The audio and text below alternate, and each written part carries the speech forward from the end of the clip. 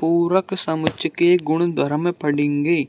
तो पहला पूरक समुच्चय का गुण धर्म क्या होता है, देखिए। ए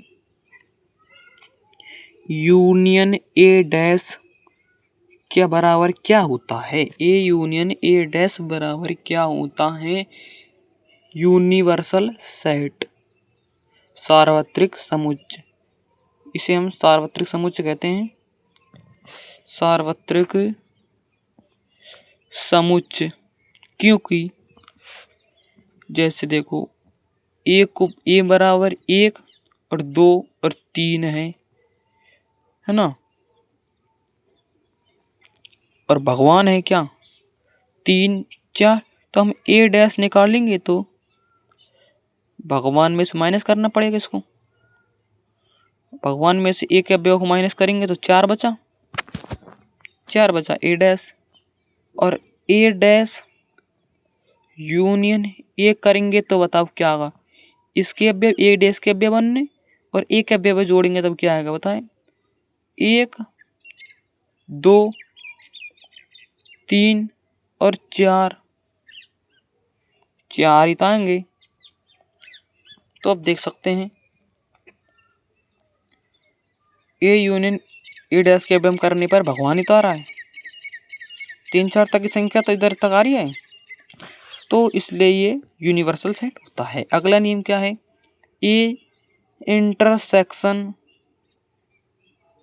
ए डैश बराबर, मतलब क्या होता है? ए और ए डैश में कौन उभयनिष्ठ होता है? कोई अवयव उभयनिष्ठ होता है क्या? नो, क्योंकि ए के अवयवों को भगवान में से घटा देते हैं तो उभयनिष्ठ इसमें कोई नहीं, तो इसमें आएगा फाई। क्या आएगा? फाई। तो पहला गुणधर्म हुआ पूरा। दूसरा क्या है कि ए डैश पर भी होल डैश हो तो ए आएगा, ठीक है।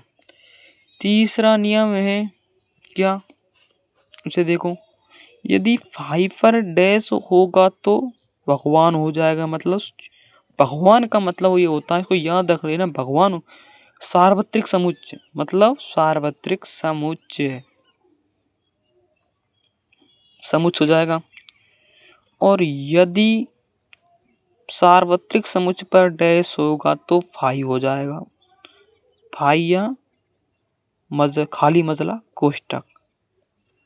आगे देखो, अब 5वां है उसे डी मोर्गन नियम कहते हैं। मोर्गन नियम, डी मोर्गन नियम कहते हैं। तो इसके बारे में समझो, ये बहुत इंपॉर्टेंट है। ए यूनियन बी पर होल डैश हो तो इसे हम ऐसे खोल सकते हैं, कैसे? ए डैश इंटरसेक्शन बी डैश, और यदि इंटरसेक्शन बी का होल डैश हो तो ए डैश यूनियन बी डैश। इसके ये 5 गुण धर्म होते हैं, इनको आप रट लेंगे तो आपके समुच्चय कक्षा 11वीं की प्रथम प्रश्नावली समुच्चय के 5.1 का पूरी क्वेश्चन आपके माइंड में समझ में आ जाएंगी। तो ये आपके लिए बहुत इंपॉर्टेंट होगा, इसको याद रखें।